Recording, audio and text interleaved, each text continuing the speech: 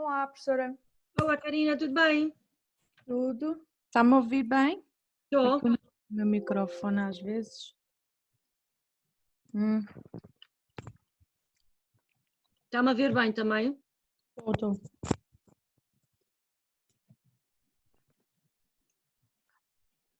Então como é que foi isso?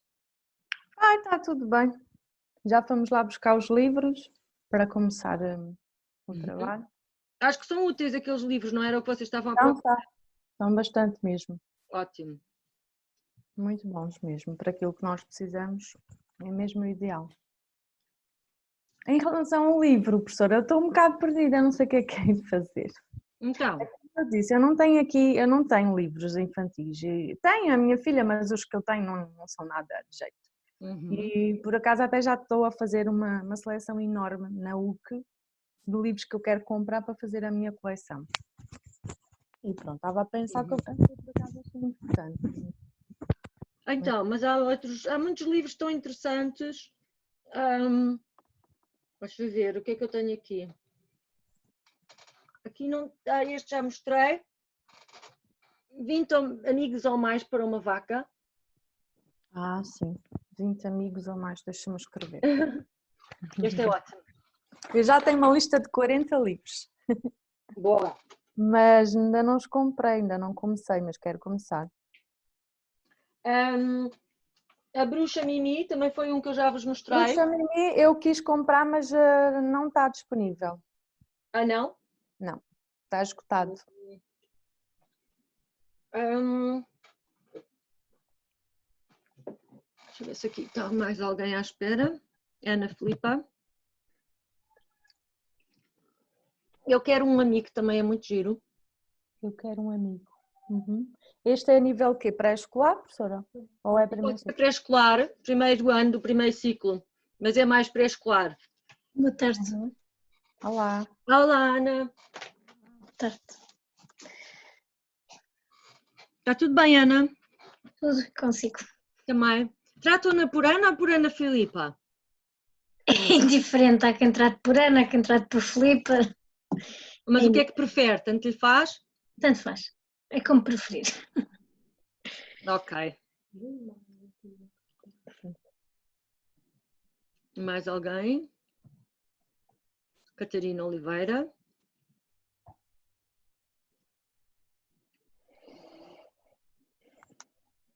Boa tarde. Aquele da Mia Couto é muito complexo? Não, é o da Mia Couto. O Mia Couto é mais para o primeiro ciclo, mas é muito bom. É aquele que eu também já mostrei, também é muito bom. Aquele das palavrinhas. Das palavrinhas? É da Mia Couto. Como é que se chama? Eu aqui só tenho do gato.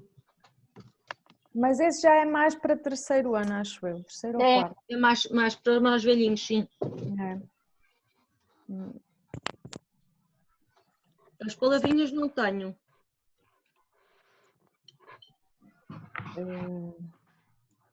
Olá, Catarina, está tudo bem? Olá, professora, tudo bem consigo? Também, obrigada. Olá. Olá, meninas. Vocês ouviram o granizo que caiu esta noite? Sim. Não. Foi imenso. Foi brutal! Não me dei conta. Então é porque dormem bem, ainda bem. Sim. Nem por isso. Não? Mas não, se calhar aqui não choveu assim. Olha, então enquanto estamos à espera das outras pessoas, vou-vos só dar a indicação de onde é que estamos em termos dos conteúdos programáticos, está bem? Então,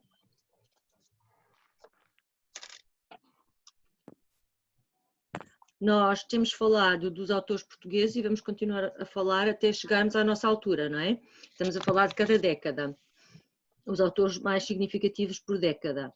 Depois, nos géneros textuais e as suas particularidades, nós aqui já demos o ponto 3.4, que é fábulas, lendas e contos.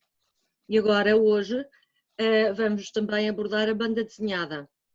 Fiquem-nos a faltar as trava-línguas, lenga-lengas, rimas e canções, o teatro e a poesia, ok? E depois avançamos para os aspectos paraliterários, mas também já temos de falar deles, portanto temos falado ao longo das aulas e vamos continuar a falar, está bem? Há alguma questão relativamente aos conteúdos programáticos, não? Não. Não? Não. Então, hoje, como eu vos prometi, vou-vos ler A Mamã Pôs um Ovo. E o objetivo é depois discutirmos um bocadinho sobre a adequação deste livro a faixas etárias e a diferentes contextos, está bem? Sim. Sim, disseram a mamãe e o papá. Pensamos que já é tempo de vos dizer.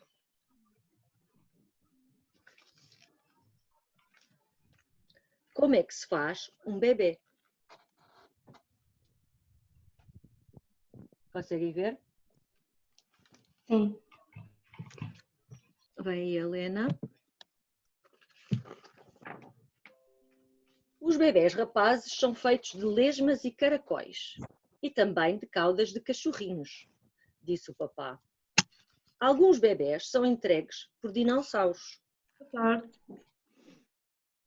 Olá, Helena.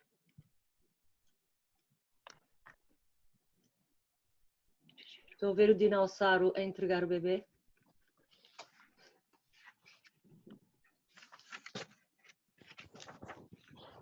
Mas também podem ser feitos de biscoitos com gengibre, disse a mamã. Às vezes, podemos encontrá-los debaixo das pedras, disse o papá.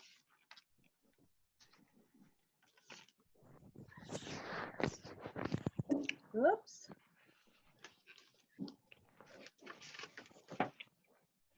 Também podem ser criados com sementes, colocadas em vasos na estufa, disse a mamã.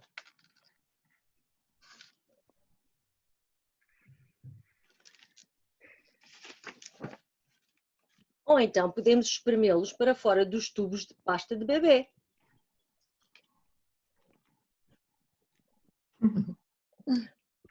A mamã pôs um ovo em cima do sofá, disse o papá. E então...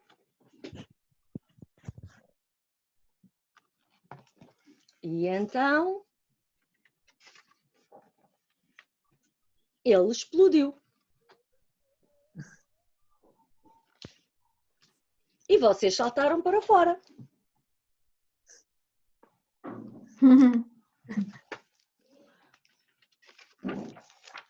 Ha, ha, ha, hi, hi, hi, que grande disparate, desatámos nós a rir.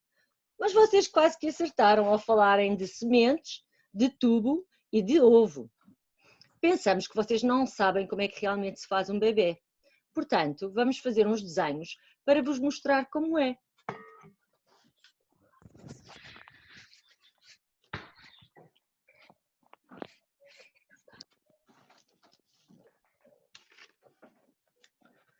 A mamã tem ovos pequeninos que estão dentro da sua barriga. E o papá tem sementes de uns casulos que estão fora do seu corpo. Assim.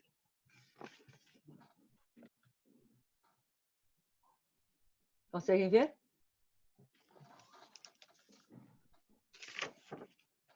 O papá tem um tubo. É através dele que saem as sementes dos casulos. O tubo entra na barriga da mãe através de uma pequena abertura. Então as sementes vão a nado com a ajuda das suas caudas.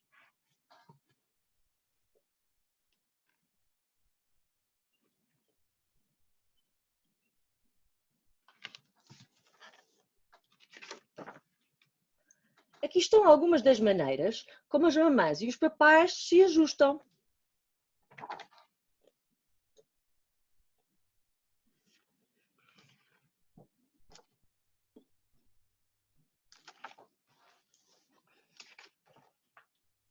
Quando já estão dentro da barriga da mamã, as sementes começam a grande corrida do ovo. Vamos, rapazes! O vencedor fica com o ovo, começando então a formar-se um bebê muito pequenino. Acertei! Fomos enganados.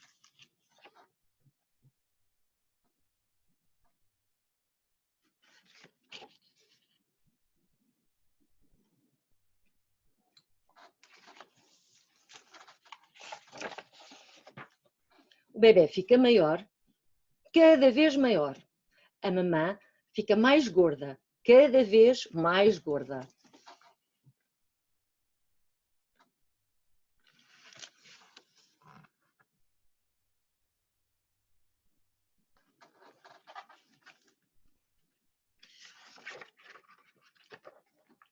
E quando já está preparado, eis que sai o bebê da barriga da mamã.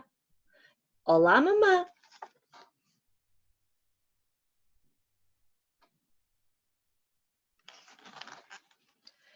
E assim a mamãe e o papá ficam a saber como é.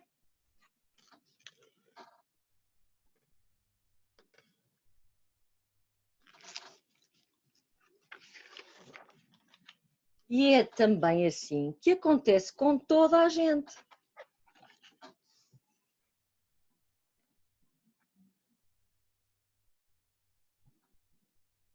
Gente que neste caso são animais, não é? E é isto. O que é que acham? É engraçado, mas... É gira. Engraçado. Agora, Uma a boa Karina... forma de explicar. Diga. Uma boa forma de explicar de onde é que vêm os bebés. Agora, a Karina estava-me a dizer que se calhar queria usar este livro para fazer a sua didatização. E eu disse, bem, não sei se será muito adequado. Isto porquê? Porque este tipo de livros, embora hoje em dia nós achemos que isto é muito banal e que todos os pais explicam aos filhos como é que realmente se fazem os bebés, dependendo do contexto onde vocês estão a trabalhar, pode ou não ser adequado. Okay?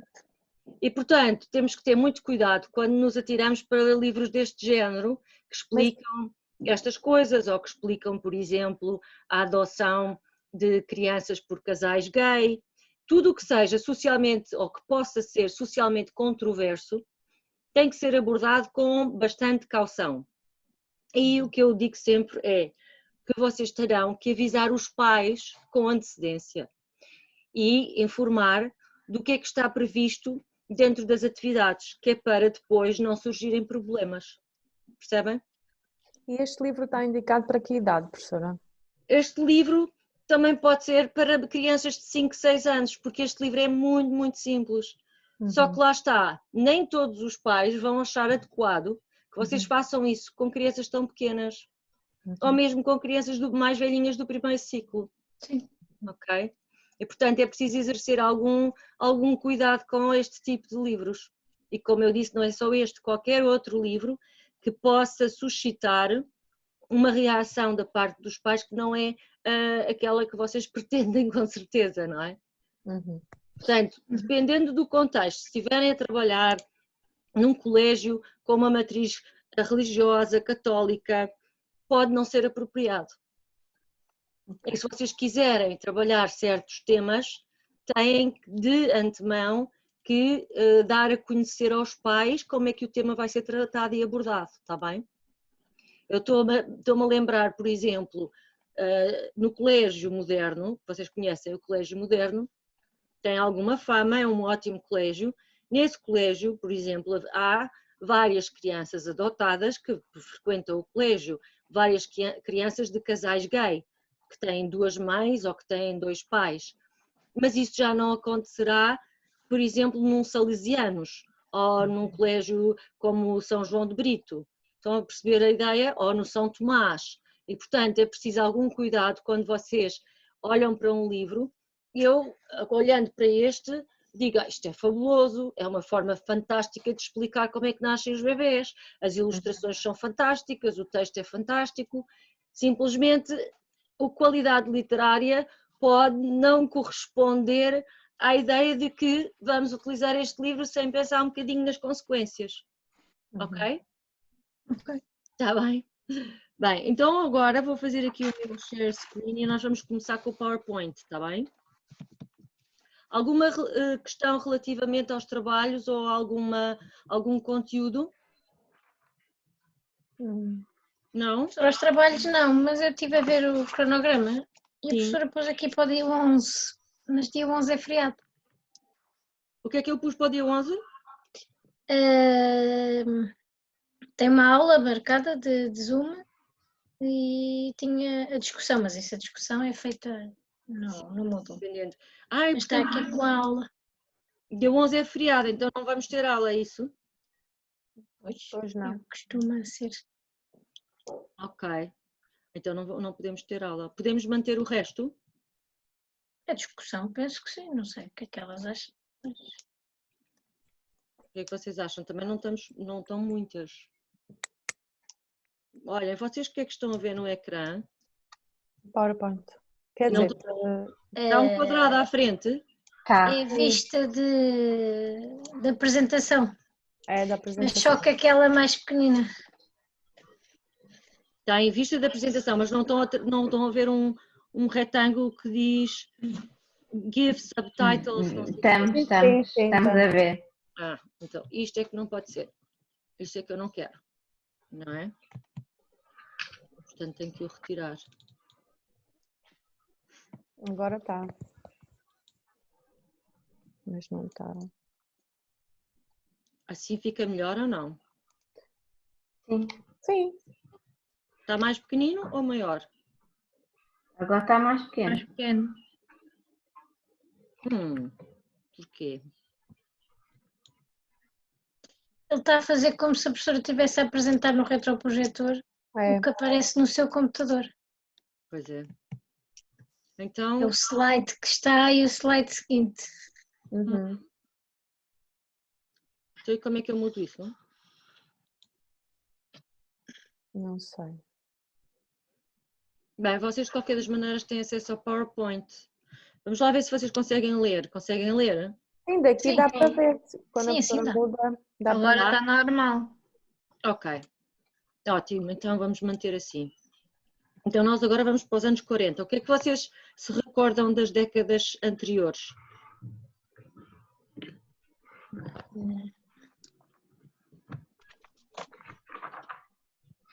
Quanto à qualidade, o tipo de obras, a difusão, o que é que se lembram? Nos anos O 30. suplemento, o jornal, que era para as crianças. Uhum. Difusão na rádio. Ok. As adaptações que o texto podia ser mais curto. Aí a professora disse uma palavra, agora não consigo lembrar. Já não era o texto original. Exato, era uma adaptação. Uhum. E, portanto, nós nos anos 30 assistimos a muitos jornais para crianças, não foi? E uma maior difusão, porque começou a ser muito mais comum ler e as crianças já iam mais à escola, certo? Sim. Lembram-se? Entretanto, os anos 40 vão reforçar essa difusão e muito, ok? Porquê? Porque começam a aparecer edições, coleções modestas. Modestas, isto quer dizer livros mais pequeninos, livros que não são encadernados, portanto, coleções mais acessíveis, preços muito mais acessíveis do que anteriormente. E isso contribui para promover os hábitos de leitura, que as pessoas não tinham que gastar tanto dinheiro para ler, para comprar livros, ok? Então, continuam a ser comuns também as reedições de obras e as adaptações de histórias. E a edição de obras estrangeiras é também comum.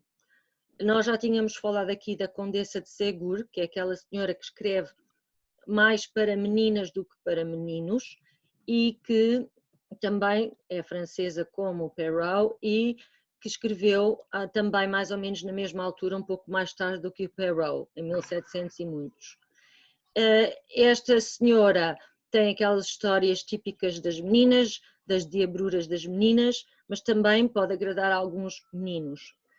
Anderson, também já temos falado do Hans Christian Andersen, que publicou O Patinho Feio.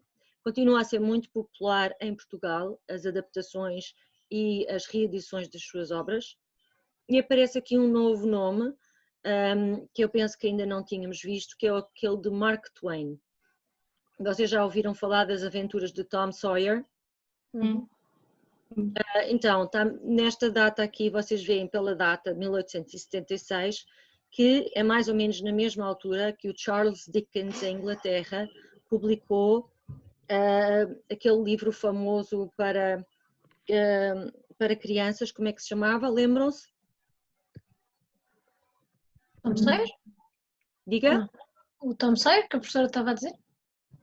Não, este foi Não, é Mark outro. Twain. O Charles Dickens?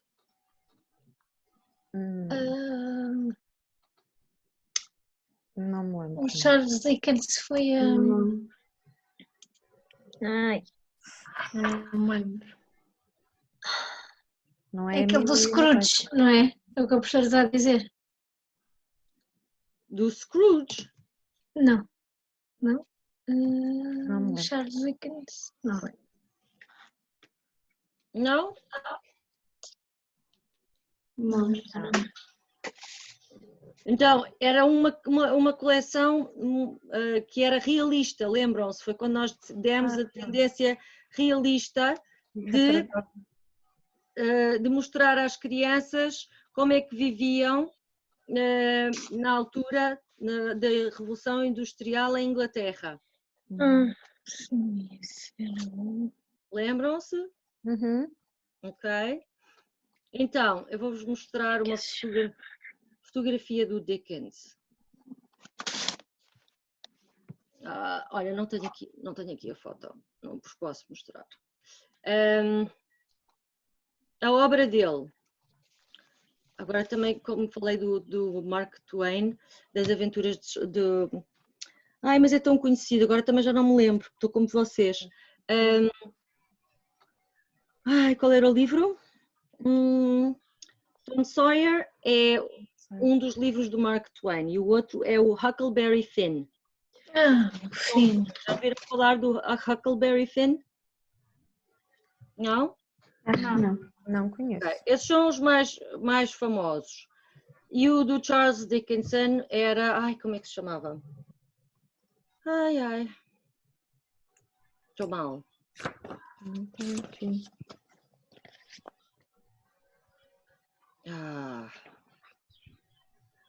Oliver Twist. Ok, Oliver Twist.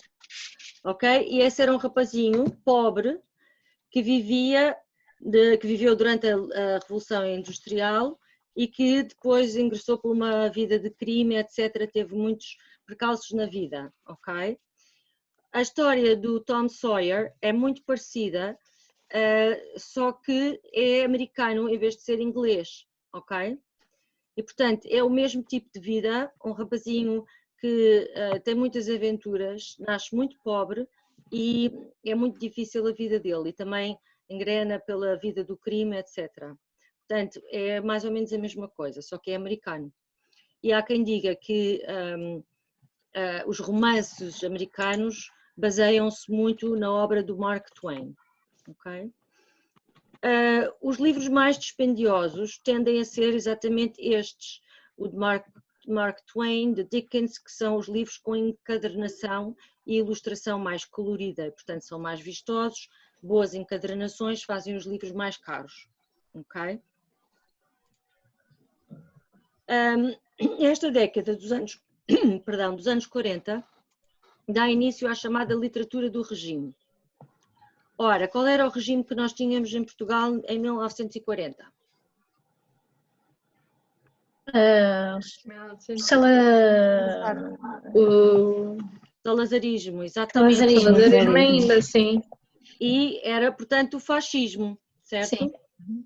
Então, o Salazar acho que entra no poder mais ou menos em 33, o seu poder consolida-se a partir de 35 e, portanto, nos anos 40 havia um ambiente muito conservador, católico e conservador, ok? E os princípios do chamado Estado Novo. O Estado Novo que começou com o Salazar. E esses princípios eram Deus, pátria, família, trabalho e autoridade. Ok? E, portanto, continua a haver muita ênfase na literatura que trata a religião, portanto, obras que têm a ver com o Menino Jesus, com Nossa Senhora de Fátima, tudo isso é muito importante. Obras que enalteçam a pátria, portanto, histórias sobre os descobrimentos, histórias sobre grandes personagens históricas de Portugal. A família, obviamente, nesta altura era sempre retratada como uma família tradicional, não é? A mãe não trabalhava, o pai é que trabalhava e havia muita separação entre géneros, ok? E, obviamente, o trabalho que era muito valorizado, e se nós olharmos, por exemplo, para um manual escolar da altura, vemos isto retratado nos manuais escolares. Era sempre a mãe que estava a cozinhar, a mãe na cozinha, o pai a trabalhar. As salas de aula, nesta altura, tinham todas e tiveram até muito tarde e ainda hoje se encontra em Portugal, têm a figura de Cristo na parede da sala de aula. Alguém se recorda de ver isto? Não. Já não, mas... Eu lembro-me de ver isso nos meus livros de história. Sim. Na minha sala de aula havia isto, havia a cruz que estava na parede. Portanto, isso é um retrato da sociedade da época, ok? E, portanto, esta literatura do regime tem este intuito moralizador que tem a ver com estes princípios do Estado Novo. Está bem? Uhum. Agora, voltando para o próximo slide, temos aqui alguns exemplos. Esta senhora Odette de Saint-Maurice é chamada por alguns como a escritora do regime.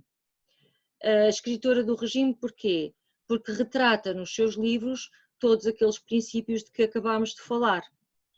Ela escreveu livros como A Fada Sem Coração e Um Rapaz às Direitas, já em 1950.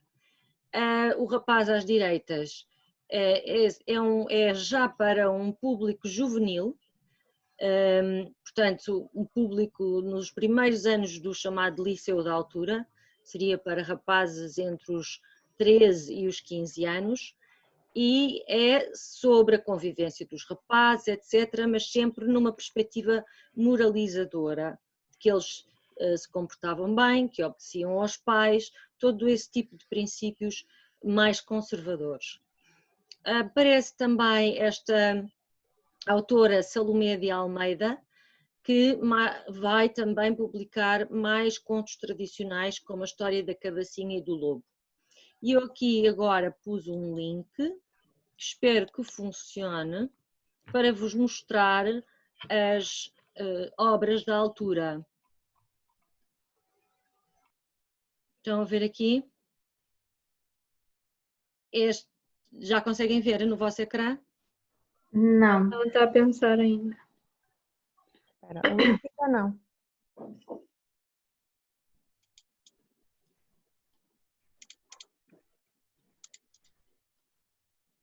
Será que eu tenho que parar aquele share e fazer outro? Sim, tenho que interromper o compartilhamento e Então é isso.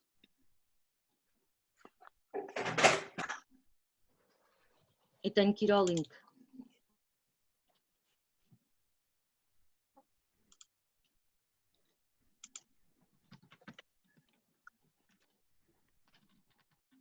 Já está? sim. Sim. Estão a ver como este aspecto é tão naive, não é? Tão inocente nas obras da altura. Portanto, este ainda não é da Salomé, mas depois mais à frente vai aparecer a Salomé. Mas vejam, isto vale a pena ver. É tão naive, é tudo tão cor-de-rosa, não é? As crianças todas muito bem vestidinhas, muito, muito harmonioso, com o coração. Portanto, estão a ver, este é da Maria de Luz Sobral, é de 1947. Este já é para coleção para juventude, portanto já não é para os mais pequeninos. É este também. Pedrinhas Maravilhosas, também veem que é este princípio religioso aqui. A História do Meu Menino, Salomé de Almeida. Portanto, quem era o menino Jesus, claro. Uhum. Também muito naive, não é? Muito inocente. Uhum. E tem muitos mais, vocês fizeram aqui uma pesquisa, é interessante ver, porque dá mesmo, ilustra mesmo a época. Este título é mais engraçado, O Senhor Sabe Tudo em Lisboa, então o Senhor Sabe Tudo. Contos, que era muito, muito popular na altura, e uma coleção que foi na altura também muito conhecida, a coleção Pinóquio, Aventuras de um Príncipe, e por aí fora. Temos mais aqui. A livraria Lelo é uma das livrarias mais importantes do Porto. 4 historiazinhas, contos para a infância, estão a ver? E pronto, vocês podem explorar mais o site, está bem? Agora vou fazer aqui um stop share. E voltar ao PowerPoint.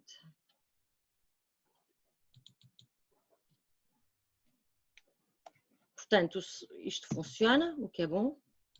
O link funciona.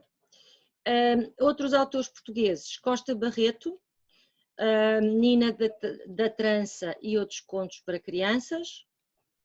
E aparecem também outras publicações baseadas em literatura clássica antiga, como Ali Babá e os 40 Ladrões, este publicado por Carlos Frederico, falta ali um R no Frederico.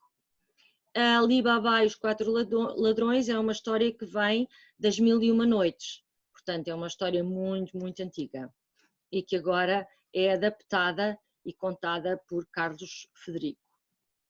Ok? O que é que vai aparecer também muito, que já tinha aparecido nos anos 30, nos jornais, nos chamados suplementos para crianças? Vai aparecer muita banda desenhada. Eu aqui também fui buscar estes exemplos. Vocês o Mickey já conhecem, com certeza, não é? É uma banda desenhada americana. E esta do Tintin, que é uma banda desenhada belga. Já conhecem o Tintin também? Sim. Vejam só o aspecto que o Tintin tinha na altura. Bem diferente. É preto e branco, mas conseguimos ver perfeitamente que aqui está a Milou, o Milou está aqui e o Tintin, não é? Portanto, os personagens não mudaram nada. E o Mickey também é igual, o Mickey é o Mickey. Podemos também falar no Super-Homem, também criado nos anos 30 na América. Também não mudou nada. O Super-Homem é o Super-Homem que todos nós reconhecemos. Então, agora vamos entrar mais nas características da banda desenhada, está bem? Já que esta é uma característica das histórias que eram publicadas na altura. Olá Inês, está tudo bem? Está tudo bem, professor. Eu entrei, mas não quis interromper. Está bem, tudo bem. Espero que não esteja mais ninguém à espera. Então, todos nós conhecemos bandas desenhadas. O que é que vocês conhecem de banda desenhada? O que é que costumavam ler quando eram jovens ou que ainda leem? Tudo Patinhas. Eu e muito a Turma da Mônica do Brasil, não é? Pois é mais para o Brasil, é mais os brasileiros, sim. Também cheguei a ver algumas da Mônica. Eu também, da Mônica. E o Asterix, vocês leem ou não? Sim. Asterix também. e Obelix. E outros, há mais, não é? E agora há muita variedade de banda desenhada, até banda desenhada para adultos, mas eu por acaso não sou fã, a quem seja. Então, quais são as características da banda desenhada? É uma história aos quadradinhos, como nós sabemos, é uma forma de arte que conjuga o texto com imagens, com o objetivo de narrar histórias, não é? Normalmente elas são publicadas no formato revista, ou livros, e ou em tiras publicadas em revistas e jornais. Isto nós já sabíamos, não é? É também conhecida por uma arte sequencial, uma narrativa gráfica e narrativa figurada. Vocês no Brasil também chamam banda desenhada, Karina?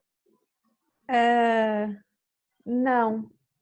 É história em quadrinhos, acho eu, se não tenho. Pois. Acho que é história em quadrinhos, é. Portanto, para nós é banda desenhada, não dizemos outra coisa, ou dizemos bonecos, quando dizemos isso aos miúdos, dizemos, vais ver os bonecos, não sei. Então, A banda desenhada nesta altura retrata sobretudo aventuras, como as aventuras do Tintin, e há sempre um herói. Pus aqui o exemplo do Super-Homem, o próprio Tintin também é um herói, e Asterix e Obelix são os dois heróis, não é? Portanto, as histórias são sobre heróis. O que é que nós podemos dizer sobre as características da banda desenhada? Ela tem a sua própria linguagem visual. E essa linguagem visual reflete a multidimensionalidade própria da expressão humana. E há autores que dizem que essa particularidade da banda desenhada é ser exatamente igual à linguagem das pessoas e os gestos que acompanham a linguagem quando as pessoas falam. E aqui também temos diferentes gestos e diferentes culturas têm diferentes gestos. Por acaso estava uma coisa muito engraçada no Facebook no outro dia sobre uma criança de 2 anos a falar, mas falava italiano. E que vocês sabem, já devem ter ouvido falar, os italianos falam muito com gestos. Portanto, se eles quiserem dizer qualquer coisa, fazem assim, e a miúda falava e gesticulava. Portanto, mas isto é exagerado no caso da cultura italiana, ou pode parecer exagerado para nós, mas o que é certo é que todos nós, quando falamos, fazemos gestos e sons e caras, etc. E a banda desenhada consegue refletir tudo isso, não é? E por isso é que é tão especial. Também se pode dizer que a linguagem e a imagem estão lado a lado e complementam-se mutuamente. Isto porque, por exemplo, quando vocês veem um barulho aparece muitas vezes até o balão, em vez de ser recortadinho, aparece um balão aos picos, porque uma pessoa deu um berro, não é? E, portanto, há uma complementaridade muito grande entre a linguagem e a imagem. Depois, podemos também dizer que é transparente na representação do real, o uso das onomatopeias, portanto, os sons que representam o som do automóvel, o som do animal, estão muito presentes na banda desenhada, não é? Outra característica que fascina muito os leitores é o facto dos heróis e das heroínas, a Mónica também é uma heroína, são imediatamente reconhecidos, porque os traços fisionómicos deles, o seu vestuário nunca muda, não é? O Tintin é reconhecível, não só por causa da cara do Tintin, mas pelo uso das calcinhas assim a meio da perna e o Milou, que está sempre com ele. As calças do Obelix também são recortadas sempre azul e branco, não é? Na barriga, aquela barrigona enorme, sempre com aquelas calças enfiadas. E, portanto, é muito engraçado ver isto e a parte do apelo da banda desenhada é exatamente conseguir, através destas características, fascinar o leitor. E agora, considerando o tipo de banda desenhada, podemos dizer há a banda desenhada com mais qualidade e banda desenhada com menos qualidade. Do ponto de vista dos intelectuais, por exemplo, há quem diga que o Tintin é uma banda desenhada mais sofisticada. Porquê? Porque também transmite ao mesmo tempo muitos conhecimentos sobre a história, porque o Tintin vai tendo aventuras em sítios diferentes do mundo e nós vamos conhecendo culturas diferentes. Por outro lado, também já tem sido muito criticada porque é muito eurocentrista, portanto, até tem algumas coisas que podemos dizer que são racistas, ok? E, portanto, naquele tempo, nos anos 40, se calhar ninguém olhava para isso dessa forma, porque não tinha o distanciamento que nós temos hoje em dia quando olhamos para o Tintin, não é? E se olharmos para o Obelix e o Asterix, já podemos dizer que não será tão sofisticado ou tão rico em informação como é o Tintin. Por outro lado, também dá muita informação sobre como viviam os romanos e sobre as histórias da altura. E, portanto, também dá alguma informação ao leitor.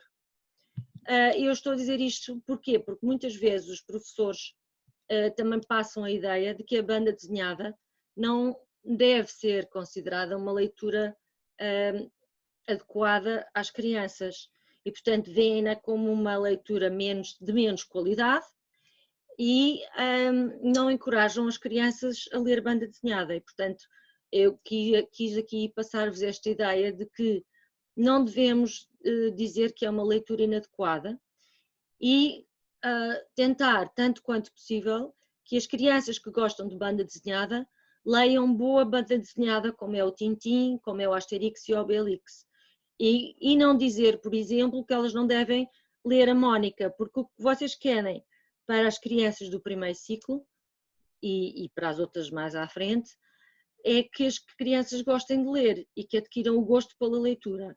Portanto, tanto quanto possível, conseguir que elas leiam grande variedade de livros, mas nunca pôr a banda desenhada como uma forma menor de arte literária, ok? Professora, o Maurício de Sousa na altura foi criticado muito por causa daquele personagem do Cebolinha, que fala com a língua presa, então ele escrevia exatamente como ele falava. Sim. E daí estar a não ser recomendado para as crianças exatamente por isso, porque estava a aparecer a escrita exatamente como era falada, e para uma criança que está a aprender não é correto, não é?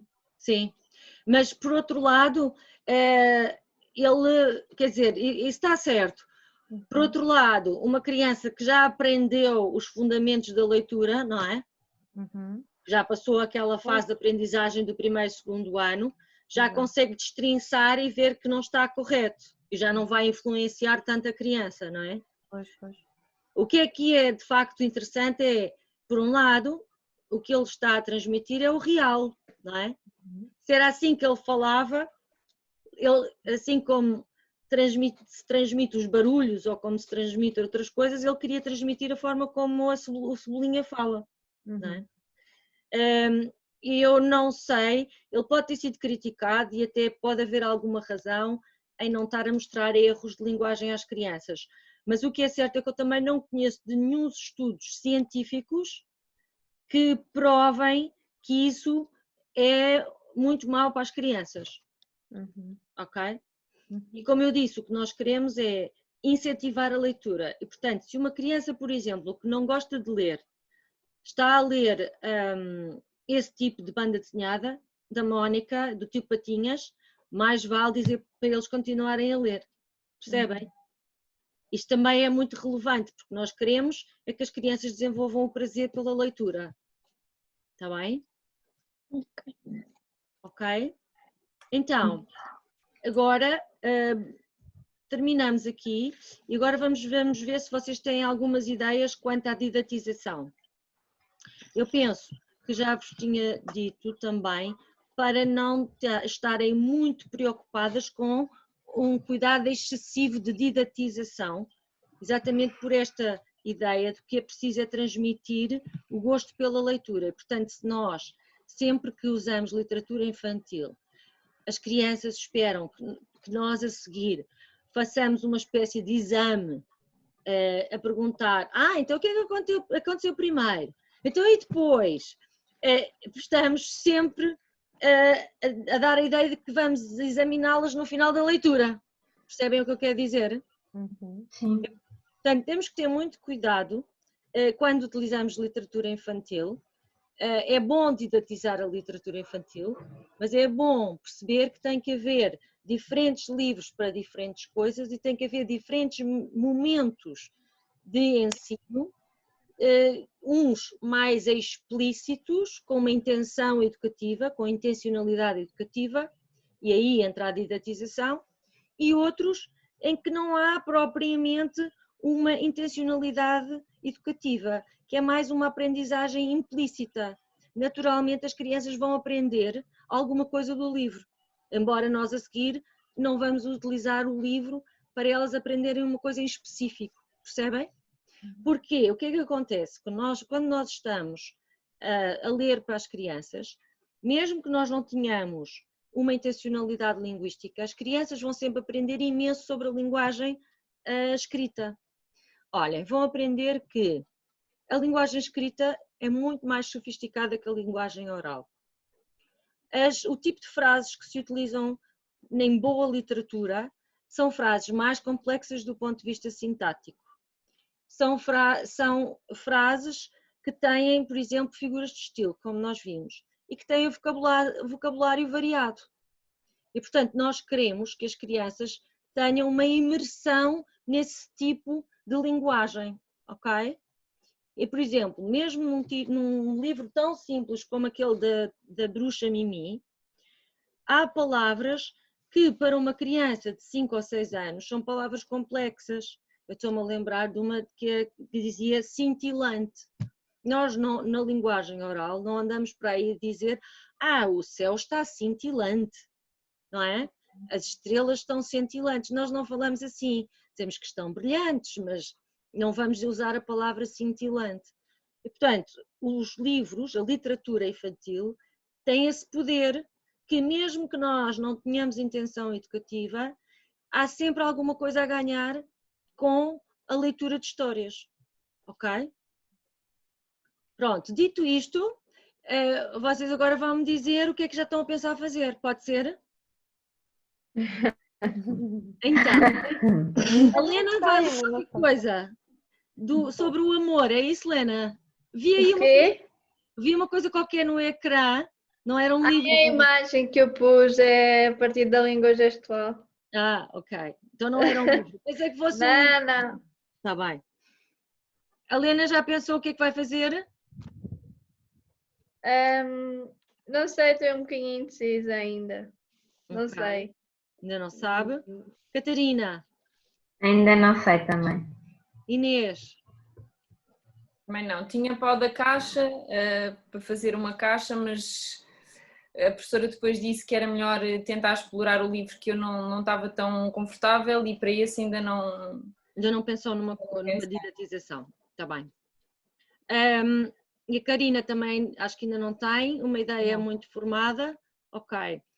Vocês já conseguem fazer uma planificação, certo? Já têm experiência, sabem onde vão buscar os conteúdos curriculares, não é? Já têm toda a informação sobre isso, certo? Okay. Sim. Então, vamos lá ver, quando é que vocês têm que entregar este projeto? É só em junho. Acho que é dia 18. 18. Mas de qualquer das maneiras, vocês já poderiam também começar a ver não só os livros, mas a área curricular que querem explorar, se é mais a linguagem oral, se é mais a linguagem escrita, não é? E se querem conjugar com outra área, como a área das expressões, não é? Podem querer conjugar. Está bem? E já falámos um bocadinho, mas vamos falar um bocadinho mais, sobre este outro aspecto dos conteúdos programáticos, que é a expressividade prosódica, facial e gestual. Vocês já estão habituadas a projetar a vossa voz, a ter expressividade prosódica? O que é a expressividade prosódica? Eu não. Ok, então vamos falar um bocadinho. Com a prosa, provavelmente. Prosódica vem de prosódia. Prosódia é mais ou menos a mesma coisa do que a intuação. Prosódia é, se eu tiver a fazer uma pergunta, a minha voz tem uma intuação. Se eu fizer uma afirmação, a minha voz tem outra intuação.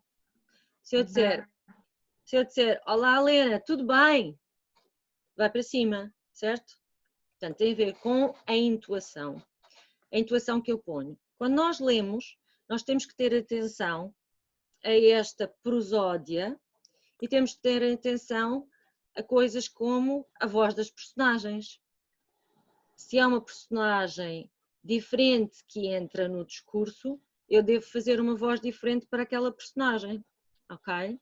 Portanto, o meu papel como leitora é dar vida ao livro, não é? Portanto, isto são o que nós chamamos os traços suprassegmentais, ou seja, são os traços que modelam os segmentos da linguagem, modelam através da intuação e da expressão. Ok?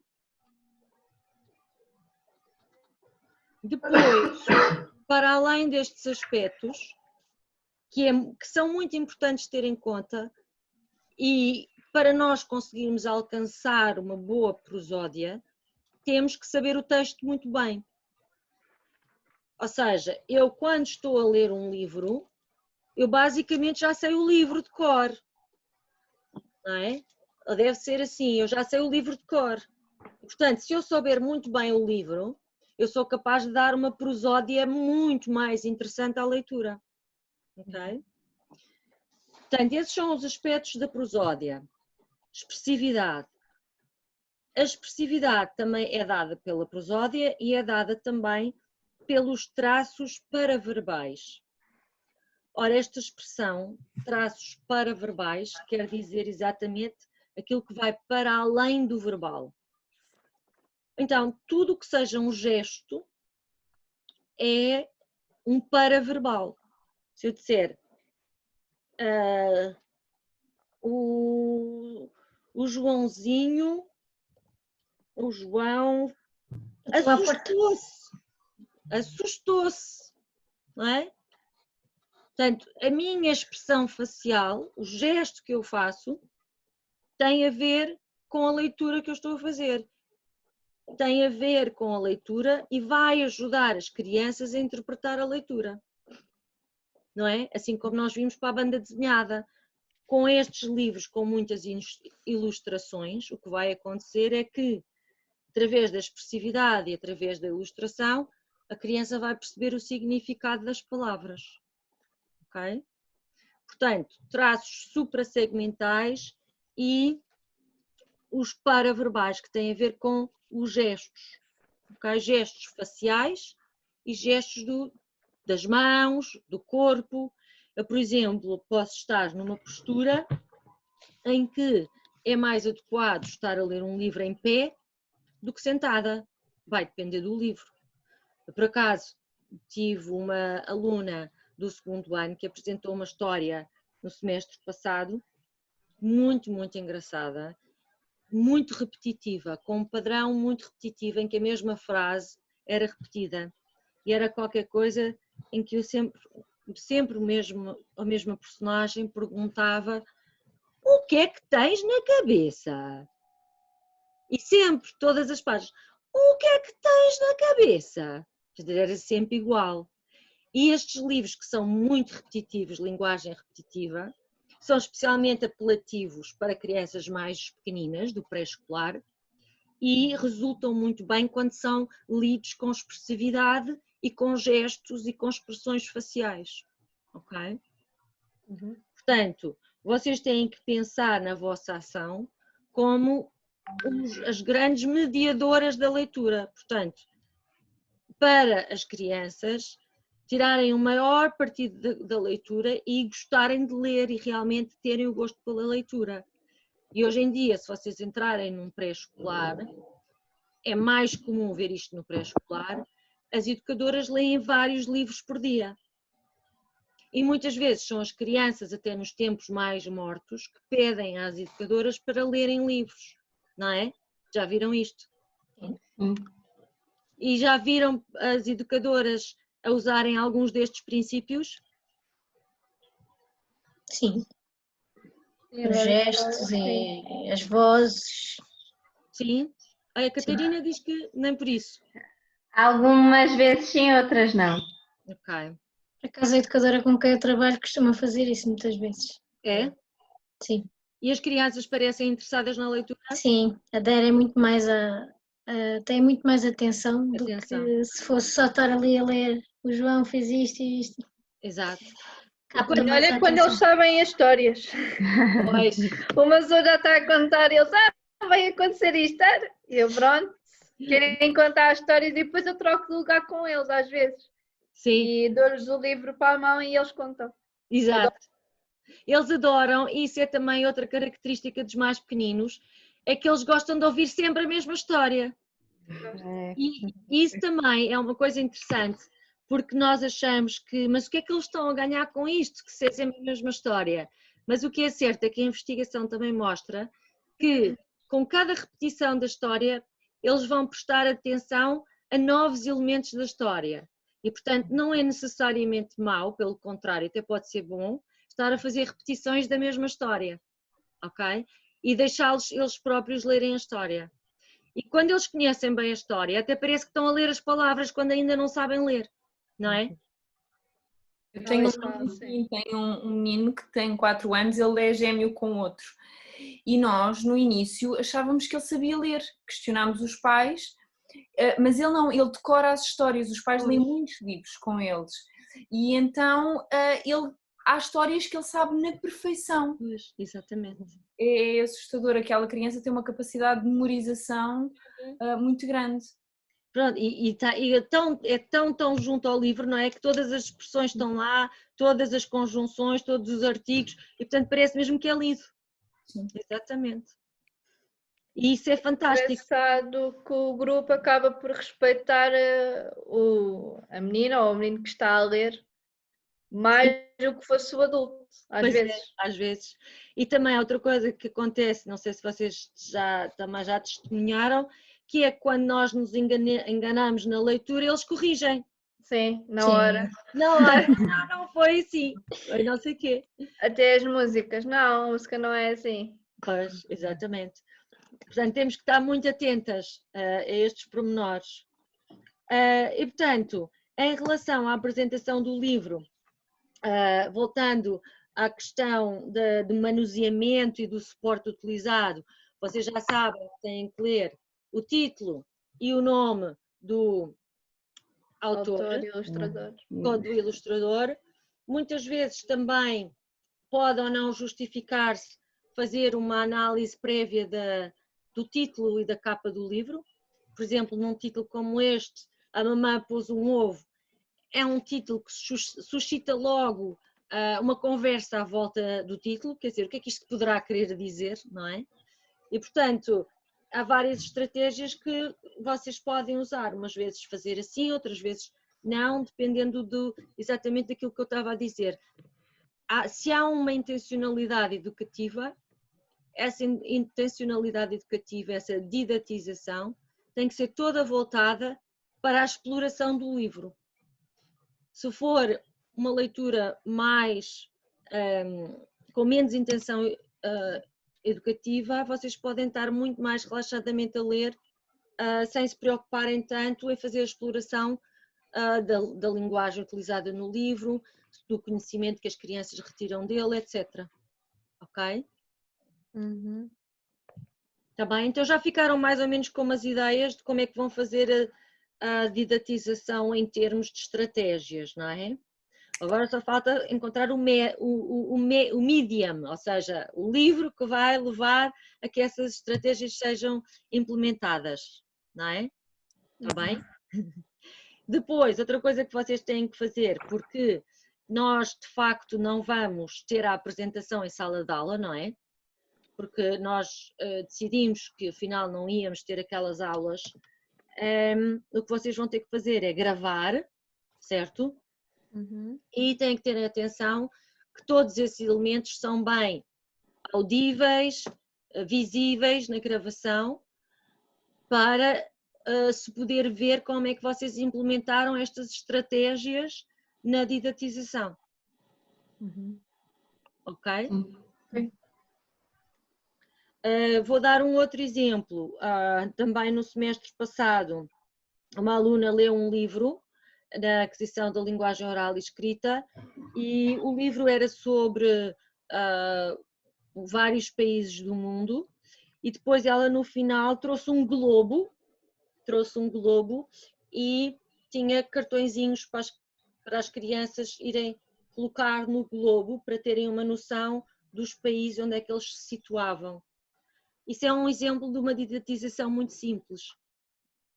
Ok? Portanto, são algumas ideias que vocês podem começar a explorar.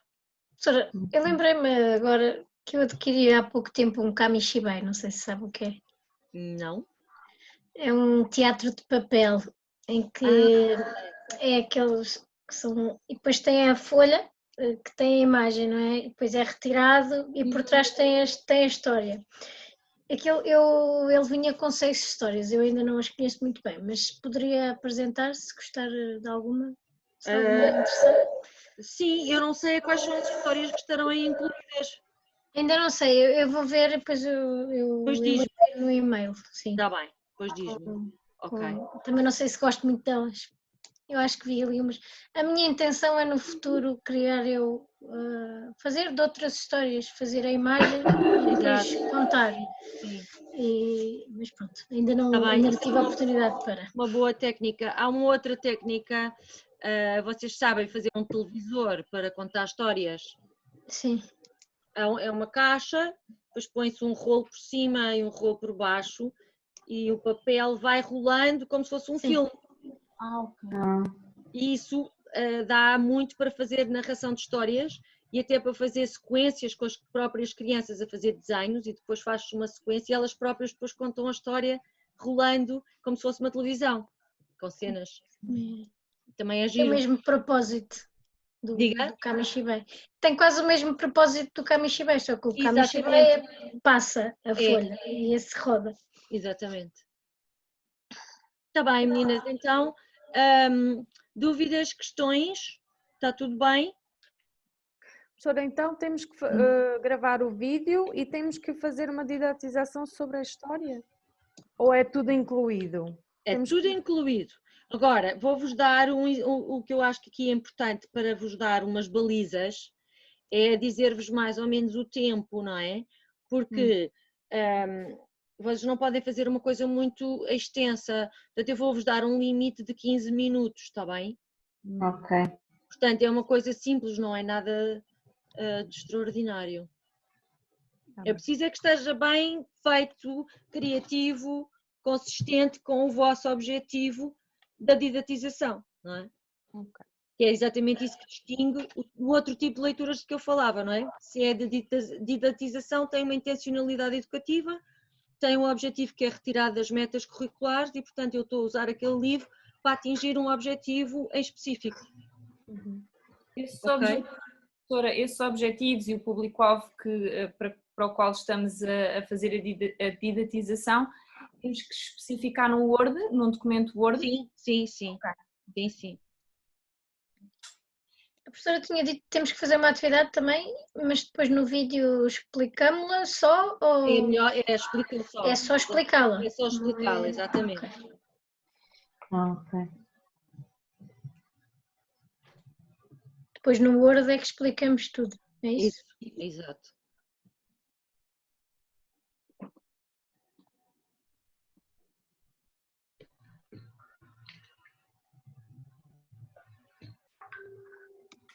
Está bem? Mais alguma questão? Não. Está tudo a correr bem com as outras aulas? Está tudo a correr bem? Vai andando. Mais ou menos, vocês fazem uma cara assim um bocado... E agora já vamos quase todas voltar a trabalhar, professora. Eu já estou, elas também vão voltar, e então isto agora o tempo começa a ficar muito limitado. Pois é. Pois é, coisas que acumulam umas em cima das outras. Vocês agora vão todas começar a trabalhar no dia 18, é isso? Sim. Pois. Para já não. Eu ainda não sei. Eu também ainda não sei muito bem. Eu já começo a trabalhar dia 18. Está bem, depois começa a ser mais complicado. Mas pronto, pensem assim, está quase no fim, vá lá. Com 10 cadeiras dá para começarmos a entrar em pânico, mas Tudo se faz, com calma. ai, meu Deus.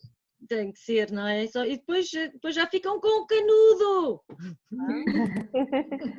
É verdade. Isso é que interessa. Não é? Sim, sem dúvida. Sim. É isso. Está bem, então olha, se não há mais perguntas, meninas, ficamos por aqui e eu vou tentando sempre fazer coisas assim, só com 10 slides mais curtas, vou tentando falar destes aspectos importantes,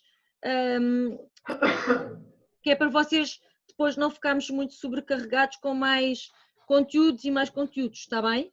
Mas acho que assim Sim. pode funcionar bem, não é? Eu vou fazendo a apresentação dos autores e depois, conforme a década, eu vou dizendo mais qualquer coisa sobre um determinado género textual, que assim não fica muito pesado. Sim. Sim, sim. Já decidiu-se como é que vamos fazer o teste? O teste eles estenderam o semestre e, portanto, o teste vai ser mesmo presencial, porque o teste já vai ser na última semana de julho. Junho. Julho, mês 7. Não, Sete. desculpem, mês 6. 6. Estava a assustar. Já estou. Mês 6. Última semana de junho. 25. Está bem? Depois eu digo a data, que isto agora tem que ser combinado tudo com várias pessoas e jogar com a disponibilidade das salas e isso tudo, está bem? A professora ok. tinha dito que era 25, pensávamos que... Em princípio, se for possível, fica no mesmo dia da aula, à mesma hora. Porque isso, vocês começando a trabalhar, também não têm disponibilidade durante o dia, certo? Não. Pois não. Antes das 18 não. Pronto, portanto, a minha preferência é sempre para manter o mesmo horário e eu penso que isso será possível, mas eu depois digo-vos, está bem? Acho que em princípio não haverá problema. Está bom? Tá bem. Ok, então gozem bem estes dias até ao começo do trabalho na segunda-feira e qualquer coisa escrevam um mail ou lancem uma pergunta, está bem? Ok. Está bem. Ok, então vá, bom trabalho e bom fim de semana. Obrigada, Bom fim de semana. igualmente. Bom fim de semana. Obrigada.